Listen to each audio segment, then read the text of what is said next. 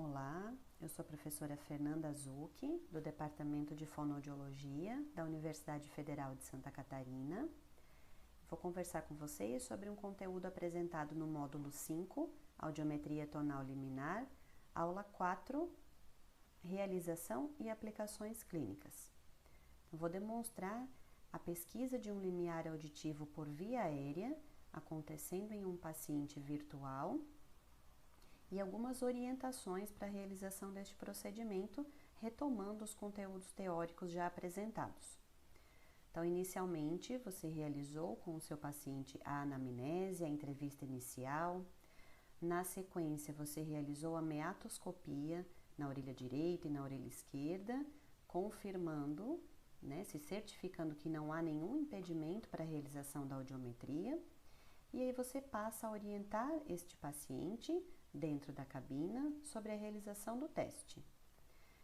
Você vai sinalizar para ele que vai colocar um fone na orelha dele e que ele vai passar a escutar uma série de apitos de estímulos auditivos e que para cada apito que ele ouvir, ele deve levantar a mão ou apertar o botão de resposta para que você, fonoaudiólogo, saiba que o paciente está ouvindo. Então, você explica que esse estímulo vai começar a apresentação numa intensidade mais forte e vai ficando mais baixinho, mesmo que o som que ele ouvir for bem baixinho, ele deve levantar a mão. Coloca o fone e aí você vai então iniciar o seu procedimento. Você já sabe pela anamnese se o paciente relatou ouvir melhor em alguma orelha. Neste caso, o nosso paciente referiu ouvir melhor na orelha direita e é por esta orelha então que nós vamos começar. A frequência inicial a ser pesquisado o limiar é a frequência de 1000 Hz e a gente ajusta a intensidade em torno de 50 dB para o início do teste. Então, vocês vão poder acompanhar a resposta desse paciente virtual aqui no painel, verificando o acendimento de um botão luminoso vermelho, ou então aqui na lateral, esse botão de resposta se mexendo, sendo acionado cada vez que o paciente responder para esse estímulo. Vocês também viram no conteúdo teórico que uma das técnicas mais utilizadas para a pesquisa do limiar auditivo é a técnica descendente. Então, nós iniciaremos o teste numa intensidade mais forte, e para cada resposta positiva do paciente, nós diminuímos de 10 em 10 dB até que ele pare de responder. A intensidade em que ele parou de responder é o nosso limite para voltar a pesquisar, voltar a buscar a intensidade então em que ele responde novamente o estímulo auditivo apresentado. Então, eu diminuo de 10 em 10 dB enquanto o paciente responde, parou de responder, passo a subir a pesquisa de limiar de 5 em 5 dB até que o paciente responda 50% das apresentações dos estímulos. Então, vamos acompanhar, neste caso, na orelha direita. O paciente respondeu, diminuo 10 dB. Respondeu em 40, continuo diminuindo. Respondeu em 30 dB. Respondeu em 20 dB, passo para 10. O paciente não responde para o estímulo apresentado em 10 dB. Então, nesse momento, eu subo 5 dB e volto a buscar a resposta do paciente. Respondeu em 15, então vamos verificar se 15 dB seria o limiar auditivo desse paciente, ou seja, a intensidade em que ele responderia 50% dos estímulos. Então, ele respondeu 1, respondeu o segundo estímulo de 4, já tenho 75% de resposta, 100% de resposta para os 4 estímulos apresentados.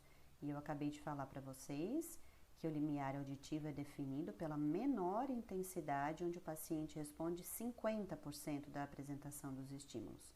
Então, neste caso, eu volto a diminuir 5 dB apresentar novos 4 estímulos para me certificar que não é 10 dB o limiar auditivo dele para a frequência de 1000 Hz. Então, vamos lá. Uma apresentação de 4. Segundo estímulo, nenhuma resposta. Tem o terceiro estímulo apresentado, nenhuma resposta. Quarto estímulo apresentado, nenhuma resposta. Então, eu acabo de verificar que em 1000 Hz, a orelha direita, o limiar auditivo deste paciente foi 15 dB, que é a intensidade onde eu encontrei 50% de resposta, que neste paciente foram os 4 estímulos respondidos. Seguindo a sequência de estudos que nós compartilhamos com vocês, teóricos, nós seguiríamos para a pesquisa do limiar na frequência de 2000, 3000, 4000, 6000, 8000 Hz e fecharíamos a orelha direita, pesquisando o limiar auditivo da frequência de 500 e depois de 250 Hz. Uma vez finalizada toda essa pesquisa dos limiares auditivos da orelha direita, eu passo a pesquisar nesta mesma sequência os limiares auditivos da orelha esquerda. Eu vou fazer isso com vocês agora, já que a orelha direita era a orelha referida como melhor para o paciente.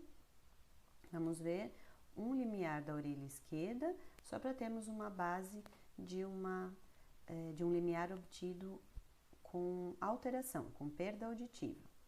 Então, ajustei agora o meu audiômetro para a orelha esquerda, novamente inicio pela frequência de 1000 Hz e ajusto a intensidade inicial para mais que 50, pois aparentemente o paciente percebe a diferença entre as orelhas. Então, vamos ver se 60 seria o suficiente para iniciar essa pesquisa e é o que nós vamos fazer agora.